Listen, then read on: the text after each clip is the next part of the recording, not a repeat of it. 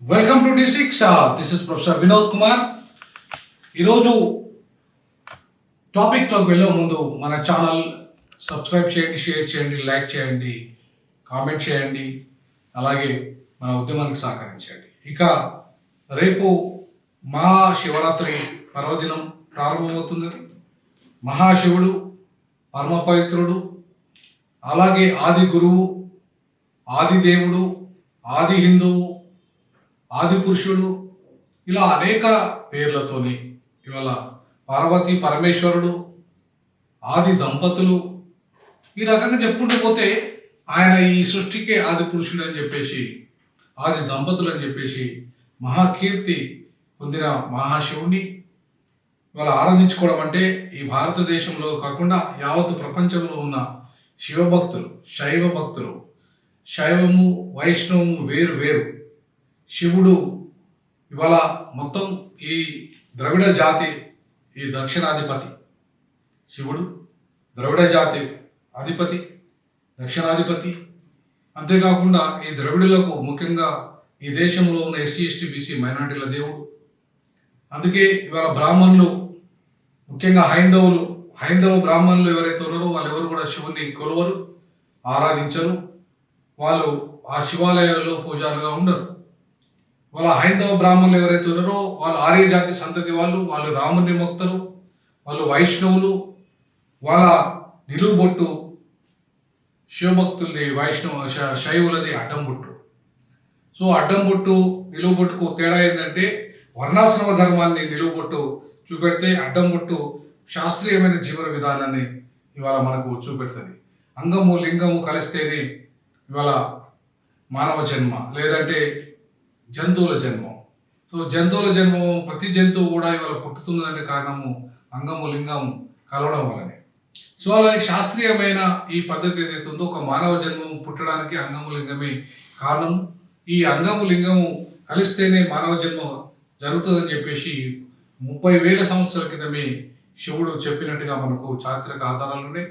అంతేకాకుండా ఈ అడ్డబొట్టు, ఆ రౌండ్ బొట్టు కూడా, నిలువు బొట్టు కూడా, దానికి ఏంటంటే తెలుపు అనేది ఏదైతే ఇవాళ ఈ పురుషుని ద్వారా వచ్చే, అంటే మానవ జన్మకు ఆధారమైన ఏవైతే ఈ స్ఖలనం ద్వారా వచ్చేవి ఉంటాయో అవి తెలుపు రూపంలో ఉంటాయి.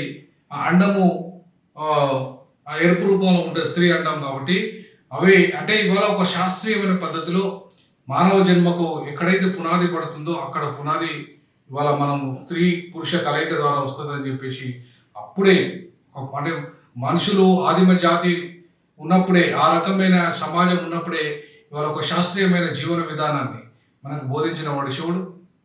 అంతేకాకుండా ఆ రోజుల్లోనే ఆయన సకల కళలు నేర్పాడు మనకు. యోగా ఎట్లా చేయాలో నేర్పాడు, డ్యాన్స్ ఎట్లా చేయాలో నేర్పాడు. అంతేకాకుండా ఇవాళ అసలు మనిషికి ఈ మొత్తం ఈ భూమి ఎవరి సొత్తు కాదు.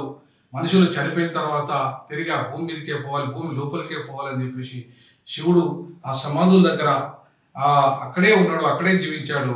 కాబట్టి అంటే ఎంత ఆదర్శ పురుషుడు అంటే ఇవాళ శివుడు వ్యక్తిగత ఆస్తి వద్దు అని చెప్పాడు. అలాగే స్త్రీని సగభాగం ఇచ్చాడు. స్త్రీ పురుషుడు వేరు కాదు, ఇద్దరు ఒకటే.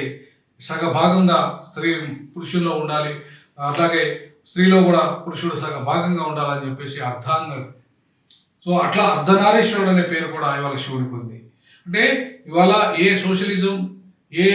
సోషలిజం చెప్పని నీతిని, అలాగే ఇవాళ ఫెమినిజం చెప్పని నీతిని, అంటే ఇప్పుడు కొన్ని వేల సంవత్సరాల క్రితమే ఫెమినిజాన్ని పాటించాడు, సోషలిజాన్ని పాటించాడు, సామ్యవాదాన్ని పాటించాడు. నాట్యం, కళలు, వాళ్ళ సకల కళలకి ఇవాళ పునాదులు వేశాడు శివుడు. అందుకే నాకు ఆరాధ్య దైవం శివుడు. శివుడు మా ఆది సమాజానికి, దళితులకి ప్రధానంగా ఆది గురువు. ఈ దేశంలో ఆది హిందువులుగా మేము ఉన్నాం. ఇవాళ ఆది హిందువులైన మాకు ఈ సింధు నాగరికత నేర్పింది, హరప్ప నాగరికత నేర్పింది అతనే. హర అంటే శివుడు, అప్ప అంటే తండ్రి.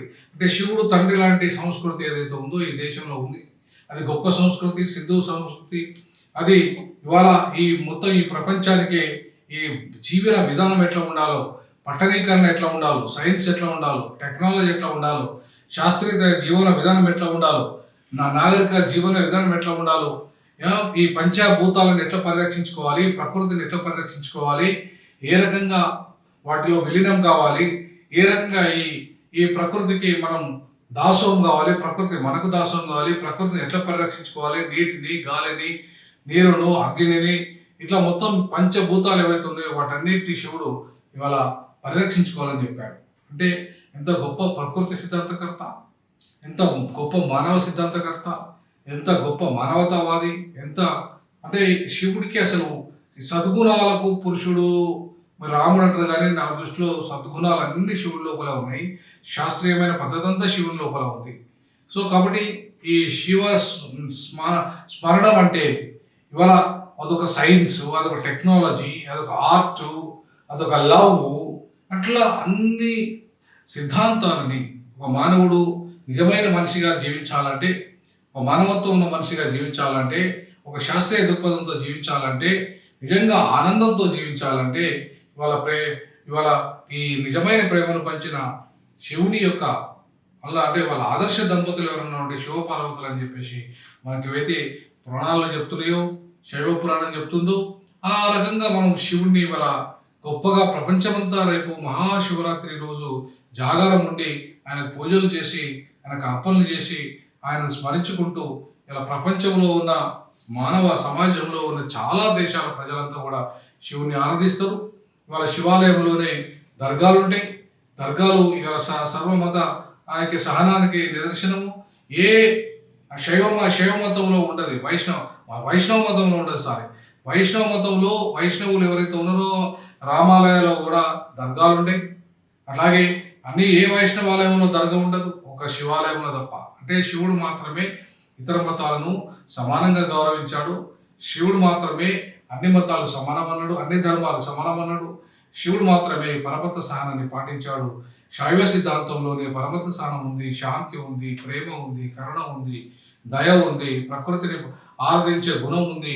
ఇవాళ నాట్యము, కళలు, ఆరాధన, జీవన విధానము అన్నీ ఇవాళ శివుని లోపల ఉన్నాయి. సద్గుణ పురుషుడు శివుడు కాబట్టి ఆదర్శ పురుషుడు శివుడు, ఆదర్శ దంపతులు శివపార్వతులు అని చెప్పేసి ప్రపంచమంతా, ఈ దేశము, ఈ రాష్ట్రము, ప్రజలంతా కూడా ఇవాళ ఆయన గొప్పగా మహాశివరాత్రి జరుపుకోవాలి. తప్పకుండా శివరాత్రి పర్వదిన సందర్భంగా మీ అందరికీ శుభములు కలుగుగాక, మీ అందరికీ క్షేమము కలుగునుగాక, శాంతి కలుగునుగాక. మహాశివరాత్రి సందర్భంగా శుభాకాంక్షలు తెలియజేస్తాను.